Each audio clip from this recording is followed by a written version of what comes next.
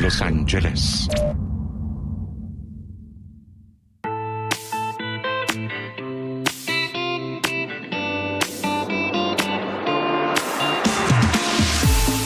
دنیای ما، جامعه ما.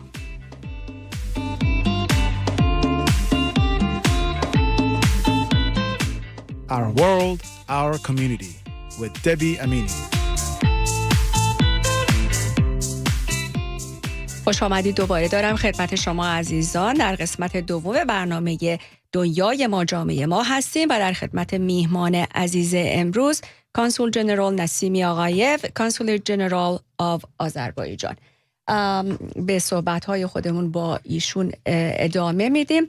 I wanted to ask you, Consul General, are there any special programs or events in the future that will help to introduce Azerbaijan, its beautiful culture, beautiful land, and most importantly, actually, the coexistence and unity that exists between the citizens from different backgrounds? Yeah. Definitely, you know, we are based in Los Angeles. We've been based here since 2006, and over the last, I would say, especially like 8 years, we've hosted over 50 different events in just Los Angeles alone.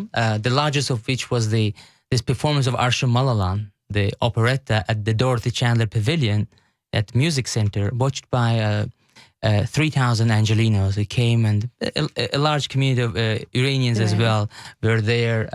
So it was a huge success, and we had several large musical performances again with thousands of people. So the whole idea is to bring Azerbaijan's rich culture, music to Los Angeles, where actually art culture is very highly appreciated. So there is a very receptive audience here in Los Angeles for cultures from around the globe. It's of course a competitive because it's a very large city with a very multicultural, diverse city. So we try to show to the local audiences here Azerbaijan's heritage, cultural heritage, as much as possible. So we are, of course, looking forward to the near future. Like the next event we will host will be at the UCLA Library, where we will commemorate one of the greatest poets in Azerbaijani literature and also literature of the East, who is Imadeddin Nasimi. Actually, I was named after that poet, Nasimi, who lived 650 years ago, 51 years ago this year now. And last year we celebrated his 650th anniversary. The whole year was declared by our president as Nasimi year, and we celebrated his works, his poems, and the whole literary heritage he left behind. He was one of the masters of Sufi doctrine, calling for peaceful coexistence and harmony and love among nations, which is very ahead of his time. So that's why I would like to celebrate his works with a musical performance with recitations at the UCLA Library. It's going to be on February 20th from 3 to 5 p.m. at the UCLA Library.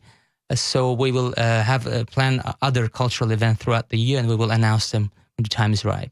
That would be great. I'm sure our audience will be looking forward to this. So برنامه‌ای که کانسول جنرال در آینده در نظر دارند در کتابخانه UCLA خواهد بود که قدردانی میشه از یکی از بزرگترین شاعرای آذربایجان به نام عمادالدین نسیمی که یکی از عرفای صوفی بودند. برنامه در روز 20 فوریه از ساعت 3 تا 5 بعد از ظهر در کتابخانه UCLA خواهد بود و قبلا هم اعلام کردند ایشون که بیشتر از 50 برنامه داشتن یا حدود 50 برنامه داشتن که همه هدف این رو داشته که کوگزیستنت رو و همزیستی مسالمت آمیز و با صلح رو بین مردم از بک‌گراند های مختلف پیشنهاد بکنه و ارائه بده و اشاعه بده.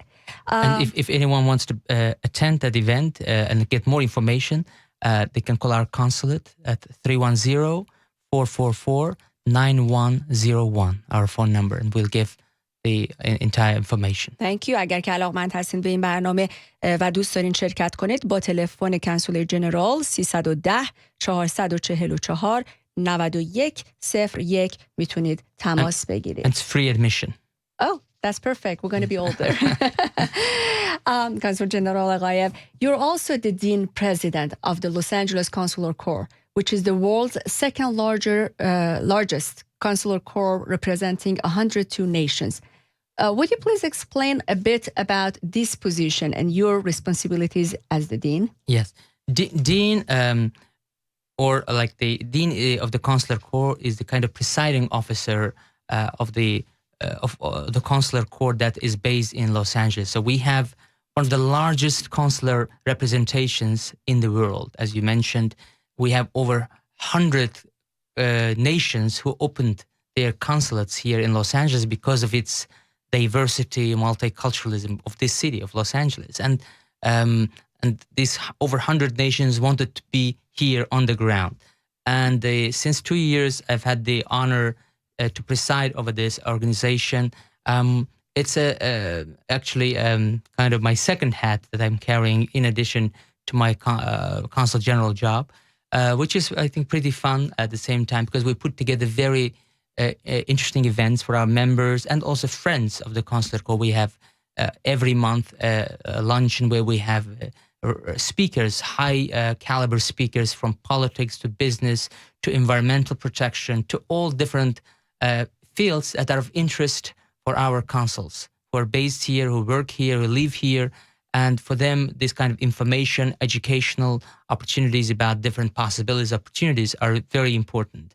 We just had our last event at the City Hall of Los Angeles, and our keynote speaker was the mayor of Los Angeles, Eric Garcetti. Actually, for the second time in last 2 years that the City of Los Angeles hosted the Consular Corps, and very good representation. We listened to the mayor and the deputy mayor at the same time, a representative of the California Lieutenant Governor's Office for International Relations, and about different opportunities living in this state, in this city, which are extremely important for all our members. That's beautiful. Let's talk a little bit about tourism for people who are interested in visiting or perhaps temporarily residing in Azerbaijan for, let's say, business or school. What are the rules and conditions of obtaining a visa for people? So the visa, actually, it's very interesting. Since some years, Azerbaijan has had one of the least cumbersome visa systems in the world. So it's now electronic visa. So you can sit at your home, just go online, fill out the application, and pay $20 fees, and then get your visa sent to your email, actually. And then you print it out, go to Azerbaijan, show it at the border, and that's it. So you don't need now to send your passports anywhere. So it's pretty easy at the moment. And that has actually this new system, which is called Asan visa also. Asan meaning also both in Azerbaijan and Farsi. Easy visa. That has increased tremendously the number of tourists going to Azerbaijan. Last year, we had the record number of tourists, 3 million. We reached the number 3 million foreigners coming to Azerbaijan, enjoying the Baku and all the regions and nature and food, a lot of opportunities. And just tens of thousands of people from the United States or from neighboring countries, even from Israel. We had last year 60,000 Israelis coming to Azerbaijan, another record number. We were expecting 40,000. Actually, it became 60,000. So because there are also a lot of opportunities for Israeli tourists, like the kosher restaurant just was opened, and of course, food and nature. But in general, Azerbaijan, out of 12 climate zones existing in the world, we have 9. Wow. When I was in Hawaii, they said we have 11 out of 12. Okay. So I said, with just 2, we can reach Hawaii. Because it's so diverse. We have high mountains. Mm-hmm. Some of the highest peaks in Europe are in Azerbaijan, 15,000 feet high. Or then the subtropical areas, we grow citrus fruits or desert-like areas. So it's a very versatile and diverse flora and fauna, which attract also tourism. And the Baku alone has so many things to offer, like a UNESCO World Heritage Site, which is the Old Town. Okay. Thousands of year old town with its palaces and then beautiful mosques and caravanserais there. So it's with UNESCO, it's protected by the government of Azerbaijan. Then we have at Baku alone, there is a Gobustan petroglyph site where you can find what our proto-human ancestors were doing there 40,000 years ago, all those rock carving art. It's another UNESCO World Heritage Site. And then we have Ateshgah Temple, which is an ancient Zoroastrian fire worshipping temple, which was were also used by Hindu and Sikh people for their own rituals. The religions that we didn't talk about previously. Exactly. So Zoroastrian, the fire worshipping was one of the initial faith religions that existed on Azerbaijan territory. So there are, and the Baku alone, we have a Baroque style building surrounding this old town, and then this modern architecture coming since the last 10 years, like Zaha Hadid designed, famous architect Zaha Hadid, who passed away. She built this beautiful Heydar Aliyev center, cultural center, right in downtown Baku, which has all curves, no straight lines, one of the most beautiful cultural centers in the world. So you have this architecture, this great food. I'm sure they found a lot of similarities to neighboring countries, but it has own very particular flavor. You mentioned the Dolma festival we put together last December. It was beautiful. Just Dolma, we have 380 types of dolmas in Azerbaijan. So you can taste all of them at once. Even just for the dolma's sake, I really encourage people to go and visit Azerbaijan. Let me just make a clarification on the visa that we talked about. The easy or Asan visa that you talk about, is it for people who are citizens of America, or you also mentioned Israel? What about people who currently live in Iran? So for Iranian citizens, yes, we have an embassy in Tehran, we have a consulate in Tabriz. Okay. And now Iranian citizens are also able to get visas at the border with our exclave Nakhchivan, which is a part of Azerbaijan, but separated from the mainland. Okay. But Iranian citizens are very often travel to Nakhchivan, so it's very easy. And our consular services in Iran work very hard to accommodate all the applications from Iranian citizens who go to Azerbaijan. That's why we have a large number of travelers from Iran who come to Baku, especially around Novruz. All hotels are booked. We have a huge Iranian travelers coming enjoying Novruz celebration in Azerbaijan. It's just a good place to go because they get to celebrate Nowruz in Azerbaijan at the same time they're traveling outside of Iran. Exactly, and Novruz has those specific also Azerbaijani style celebrations, of course, bonfires and other traditions.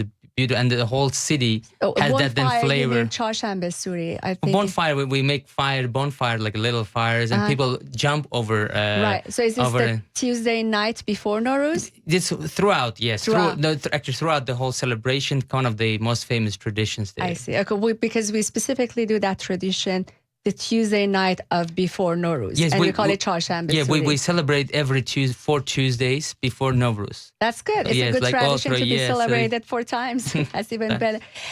You talked a little bit about the common tourist attractions in Azerbaijan, but when I was trying to learn more about Azerbaijan, I saw something called Statue of Free Woman. Oh, yeah. Would you please explain to me what it is and what does it represents? It was just interesting. That's a very unique monument in downtown Baku, a statue of free woman or liberated woman. It's a woman, it's a statue of a woman taking off her veil. And it was erected in 1960s. And the story of this monument is based on the actual story of a woman called Tahira, who was one of the main figures in Baha'i history in the 1950s. So Tahir, when I was invited to address the Baha'i community in Los Angeles a couple of years ago, I told them the story of Tahira. Of course, everybody knew Tahira, who she was, and because she was a courageous woman, and then trying to fight against dogmas, etc. And then actually this architect, the sculptors, they love the story, put that monument in the middle of Azerbaijan, Baku.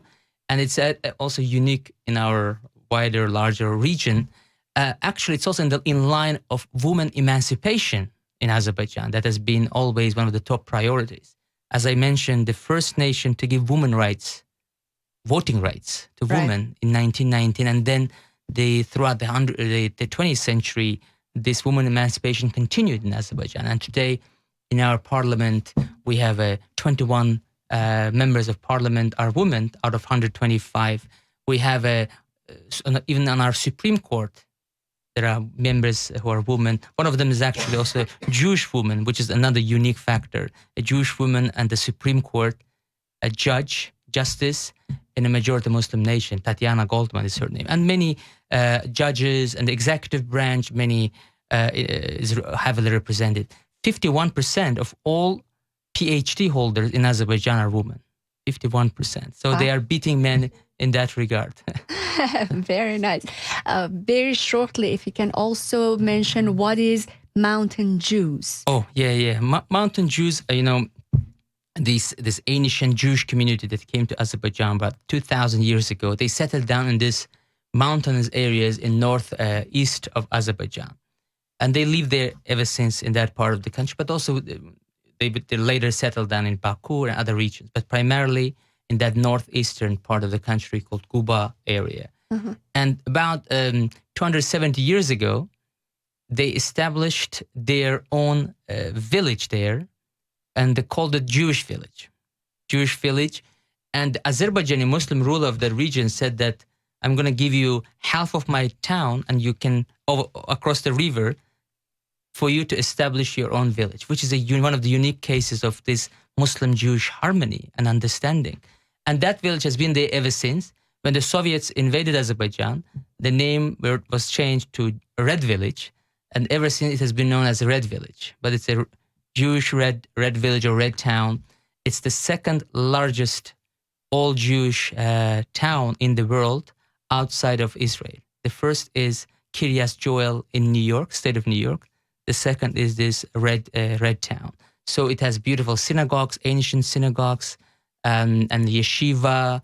And now the first museum of mountain Jews will be opened pretty soon in that town. So it's one of the biggest attractions for all the Jewish travelers, Israeli travelers who come to Azerbaijan, and many others, where you see that harmony in action.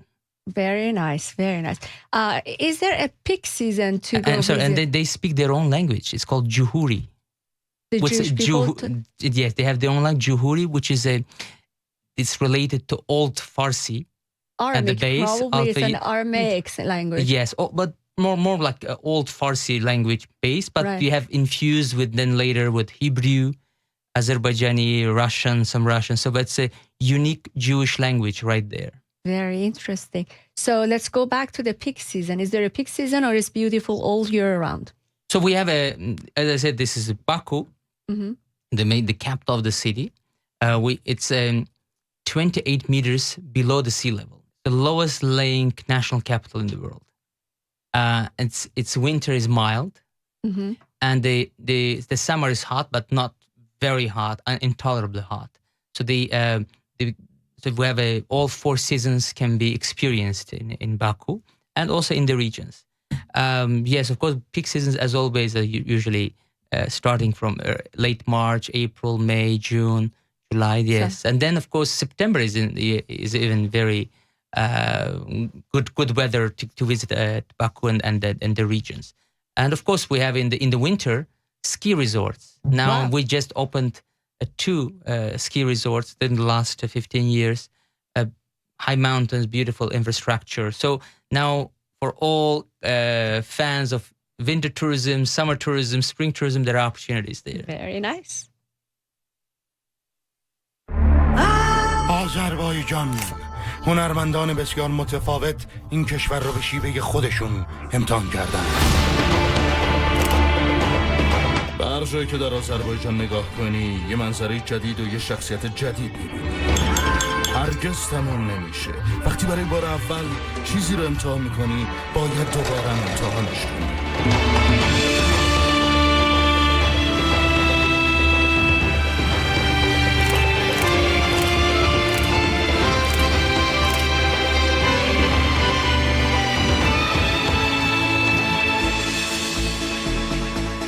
شهر تضادهای شگفت انگیزه، باستانی و مدرن، شلوغ و آروم. برای تجربه کردن همش یه زندگی کافی نیست. I can make a grown man wanna run. I'm my way. Whoa, whoa, what you say, yo? مردم این شهرن که باعث زنده بودنش شدن.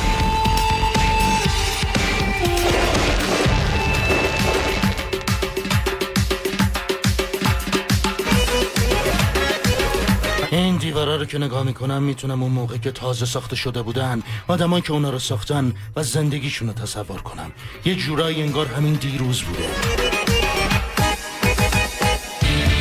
آذربایجان واقعا شگفت انگیزه. همیشه برام یه چالش جدید داره. صخره، بیابون، آتش فشانهای گلی، کوه، دریای خزر. چالشاش هرگز تموم نمیشه. آذربایجان کشوریه که تمام حواس رو به هیجان میاره. کلی بافت و طعم، صدا و عطر داره.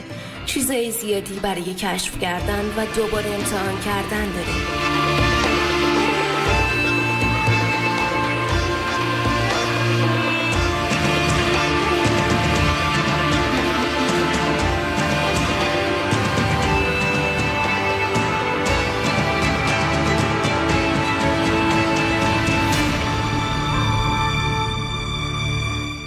Consul General Nassimi Aghayev, I wish we could continue this discussion, but it seems that we're coming to the end of today's show.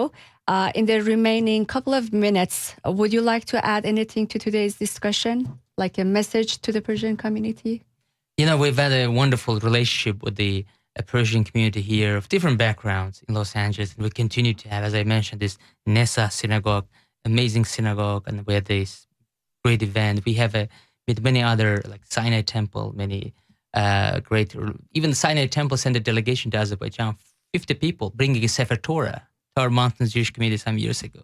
Wow. So this is there is lots of affinity with the Los Angeles-based Persian community. And I'd like, to invite all the listeners of his radio to go to Azerbaijan, visit Azerbaijan as tourists. And actually, the number is increasing. I see a lot of people coming to me. So I was just in Azerbaijan, visited your country. So there is a lot of now, this is very heartening. But we'd like to invite as travelers, but also as businessmen, as the investors, because Azerbaijan now is becoming really a hub economically, business-wise for the entire region. So we would love to welcome your dear distinguished listeners in Azerbaijan. The next destination, Azerbaijan. Thank you. I want to thank you one more time for accepting our invitation. Thank you. And Great to be taking here. the time off your busy schedule and being with us today. Thank you so much. Thank you very much. خدا نگهدار. عزیزان روز خوش.